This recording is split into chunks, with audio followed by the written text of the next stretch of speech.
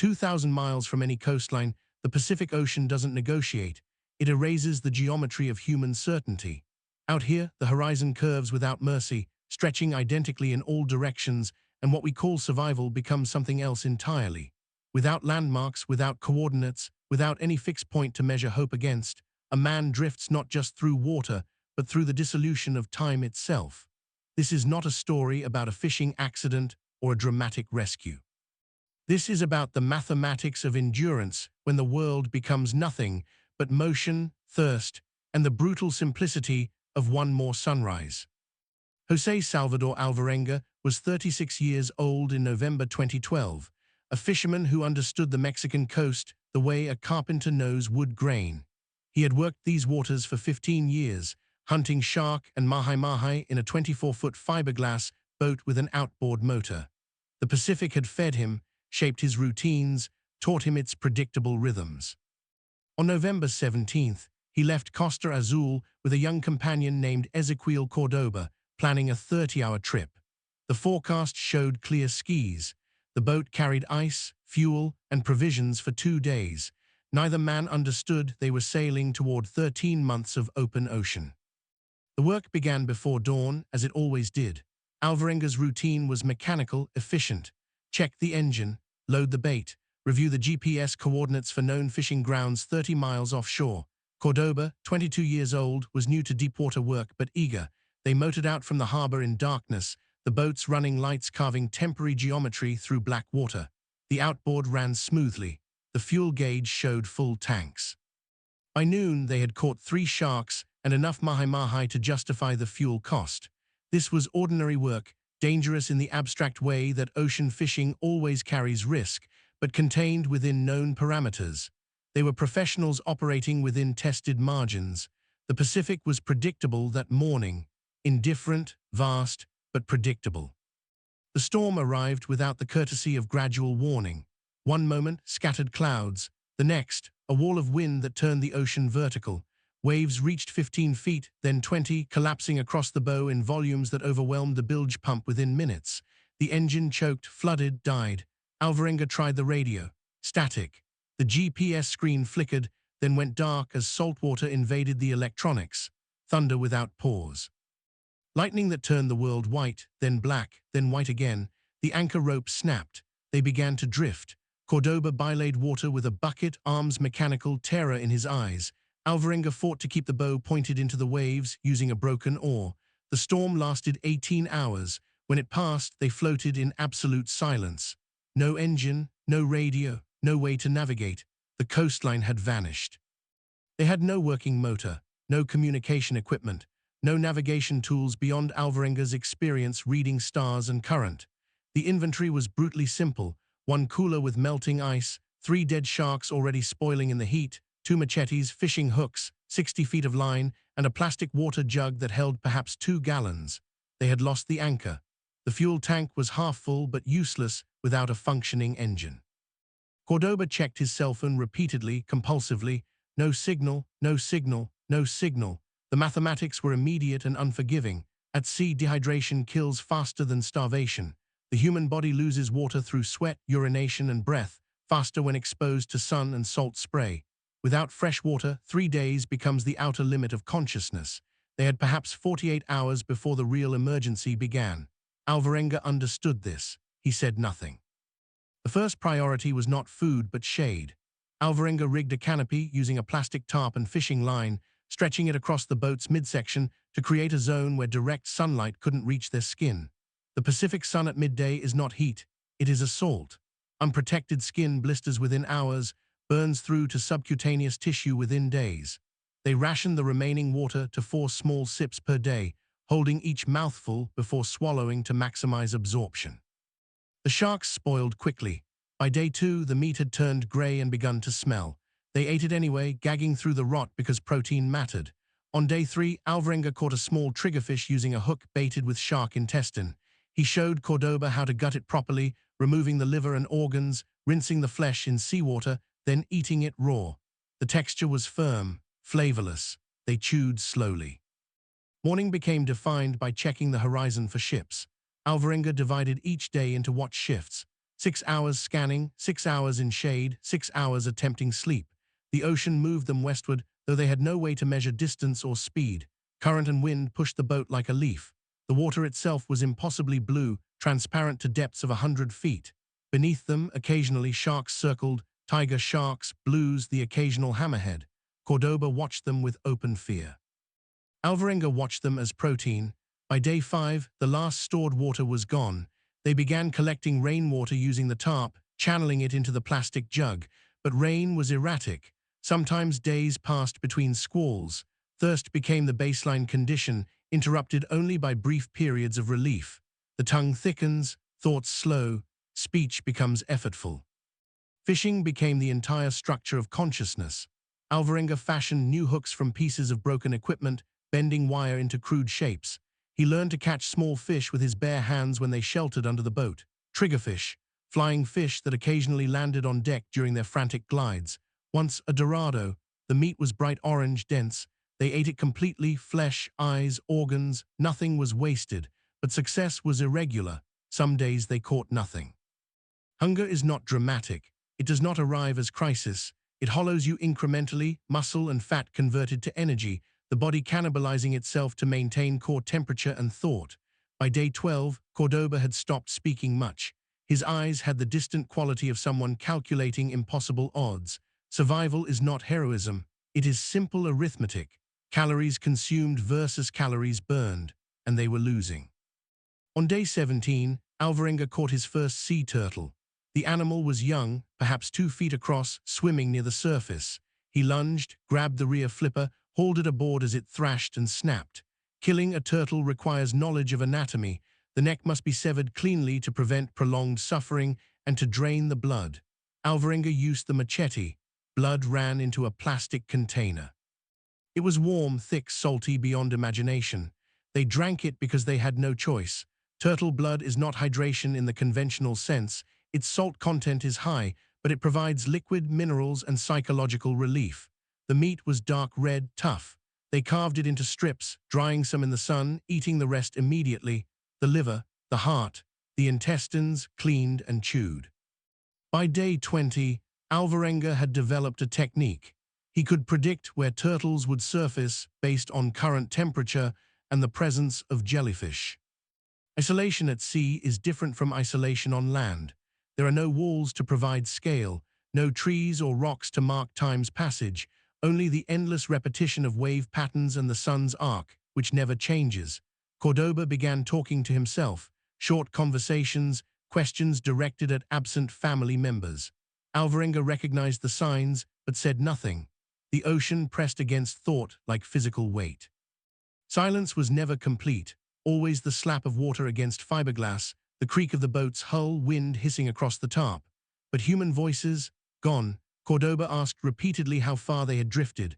Alvarenga estimated westward, always westward, but distance was abstract. The horizon looked identical on day 25 as it had on day 5.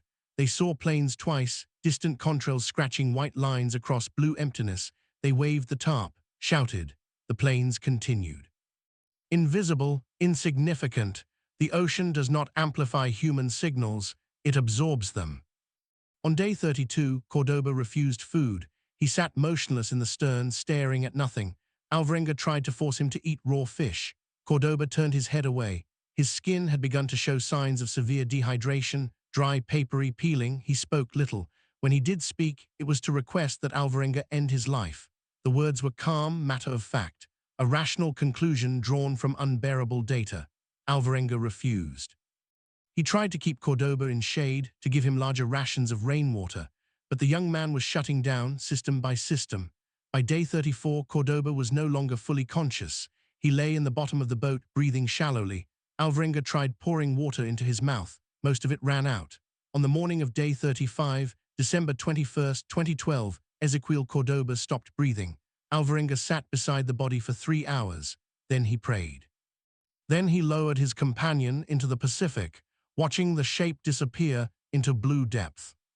Alone now, completely, the boat felt larger without another person, the space obscene in its emptiness. Alvarenga continued the routine because routine was the only logic that remained. Check horizon, fish, collect rain, repair the tarp where wind had torn it. The work mattered less for its practical results than for its structure. Without tasks, time dissolved entirely. He caught birds, frigate birds, boobies, when they landed on the boat to rest. The technique required patience. Remain motionless, then strike fast. Bird meat is lean almost without fat. The bones could be used for hooks, feathers for nothing, but he kept them anyway. By day 40, his body had changed noticeably. Muscle atrophied, ribs visible. His skin had burned, peeled, burned again, forming thick calluses on his face and arms. His hair grew long, matted with salt. He stopped counting days precisely. 40 became 50, 50 became abstract. There is a phase in extended survival where the crisis becomes normality. The body adapts to chronic hunger, learning to function on minimal calories. The mind adapts to isolation, creating internal dialogues to replace absent conversation. Alvarenga spoke to Cordoba, to his mother, to God.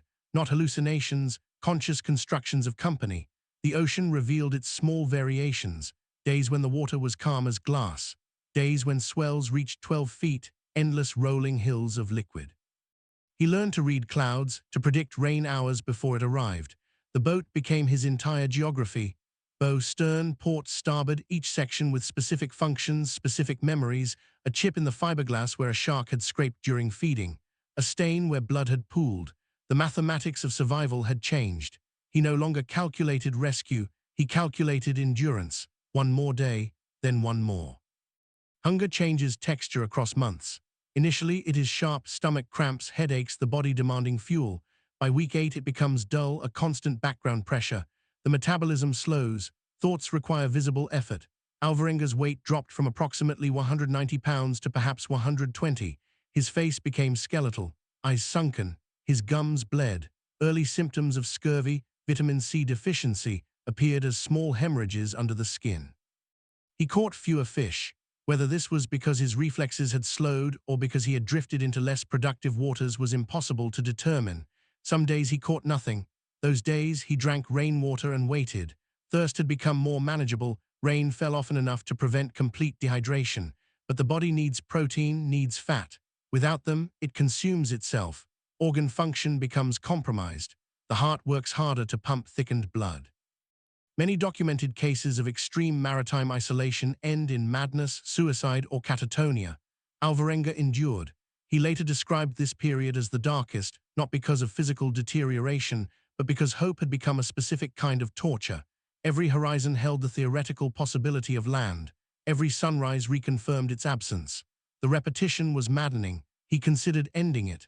The method would be simple: slip overboard, let the water take him. Quick.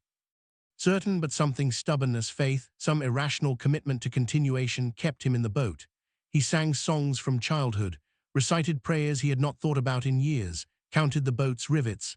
723, he counted them again. 723, the confirmation of this number provided absurd comfort. A fact, verifiable, constant. The world had become uncertain in all dimensions except the geometry of this boat. On approximately day 78, late February 2013, a large tiger shark attacked. The animal was perhaps 12 feet long, attracted by blood from a turtle Alvarenga had just killed. It rammed the boat from below, hard enough to crack the fiberglass near the stern. The impact threw Alvarenga forward. He grabbed the machete. The shark circled, then struck again, its head breaking the surface, jaws opening to reveal rows of serrated teeth. Alvarenga slashed downward, the blade connecting with the snout. Blood clouded the water. The shark retreated, then returned. This continued for 20 minutes. Ram, retreat, circle. Finally, it left, but the damage was done. The boat was taking water through the crack, slow but constant. Alvarenga belayed using the plastic jug, a routine that now had to continue every few hours to prevent the boat from sinking. The leak could not be properly repaired without materials he did not have. Sleep became fragmented, interrupted by the need to bail. By late January 2014, Alvarenga had drifted approximately 6,700 miles. He did not know this. He knew only that the current had never stopped pushing him westward. His body was failing in measurable ways. Muscle wasting had progressed to the point where standing required visible effort. His hair had grown past his shoulders, beard thick and matted, skin covered in lesions and salt sores that refused to heal. But he continued to fish, continued to bail, continued to scan the horizon. On the morning of January 29th, 2014, day 438, he saw something different, not a ship, not a plane, a line, a dark line where water met something solid. At first he dismissed it as delusion, but it remained, grew clearer, green, land. The word felt foreign in his mind. He tried to paddle with the broken oar, but current was doing the work. The boat drifted towards shore.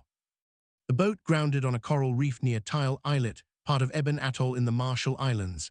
Alvarenga tried to stand. His legs buckled. He crawled over the side into shallow water, then onto sand. The ground was motionless, solid. The absence of motion was disorienting. Two local residents, Emmy Libick-Mito and Russell Lakerdrick, found him hours later.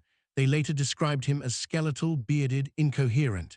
His feet were swollen, covered in infected wounds. He weighed approximately 120 pounds, having lost more than 70 pounds during the drift. His skin was burned and scarred. He could barely walk. When he tried to speak, the words came slowly, slurred. He asked for water. They gave him coconut milk. He vomited. His stomach had shrunk, lost the ability to process normal food. They contacted authorities. Within hours, officials arrived. Doctors examined him. Severe malnutrition, dehydration, anemia, joint damage. But alive, against the mathematics of ocean survival, impossibly, stubbornly alive. Alvarenga was transporting to a hospital in Maduro, where physicians treated him for malnutrition, dehydration, and numerous infections. His blood work showed severe deficiencies: vitamin B12, folate, vitamin D. His kidneys were functioning at reduced capacity. Refeeding had to be managed carefully. After months of starvation, sudden caloric intake can trigger refeeding syndrome, a potentially fatal metabolic disturbance. He was kept on liquids for days, then soft foods in controlled portions. Psychologically, the adjustment was even more complex. He suffered nightmares, refused to sleep in enclosed spaces. The sensation of stillness, of beds that did not rock, of ground that did not move, caused severe disorientation. He was flown to El Salvador in mid-February. Media attention was immediate and overwhelming. Many doubted his story. How could a man survive 14 months at sea? The numbers seemed impossible, but maritime experts reviewed the account. Oceanographers traced probable drift patterns. The story held. The boat was recovered and examined by Marshall Islands officials. Photos show a 24-foot fiberglass vessel with visible damage, including the shark-induced crack near the stern. The registration number matched records from Costa Azul, Mexico. Forensic analysis of Alvarenga's physical condition, the degree of muscle atrophy, the pattern of sun damage, the specific nutritional deficiencies, aligned with prolonged maritime survival. Oceanographers at the University of Hawaii used current and wind data to model drift patterns from the Mexican coast. Their simulations showed that a disabled boat leaving the coast in mid-November 2012 would, with high probability, drift westward across the Pacific, arriving near the Marshall Islands after approximately 14 months. The distance, 6,700 miles. Alvarenga's medical records, interviews, and the physical evidence of the boat all corroborated the timeline. In 2015, journalist Jonathan Franklin published a detailed investigation. The account remains one of the longest verified ocean survival cases in recorded history. Alvarenga returned to El Salvador, but never fully returned to the life he had known. He struggled with survivors' guilt over Cordoba's death. The young man's family initially blamed him, later reconciled. He attempted to work as a fisherman again, but found he could not bear proximity to open ocean. The water that had been his profession became unbearable. He moved inland, away from coasts, away from the horizon's empty geometry. In interviews, he described the experience not as adventure, but as endurance, a long sequence of small refusals to surrender. 438 days is not a single heroic act. It is 1,000 tiny decisions, each made under fatigue, hunger, and the weight of isolation. To catch one more fish, to bail one more bucket of water, to watch one more sunrise. The ocean is indifferent. It does not test character or reward virtue. It simply exists, vast and absolute. That Alvarenga survived says less about heroism than about the stubborn mathematics of continuation. He did not conquer the Pacific. He outlasted it, one day at a time, and then one more.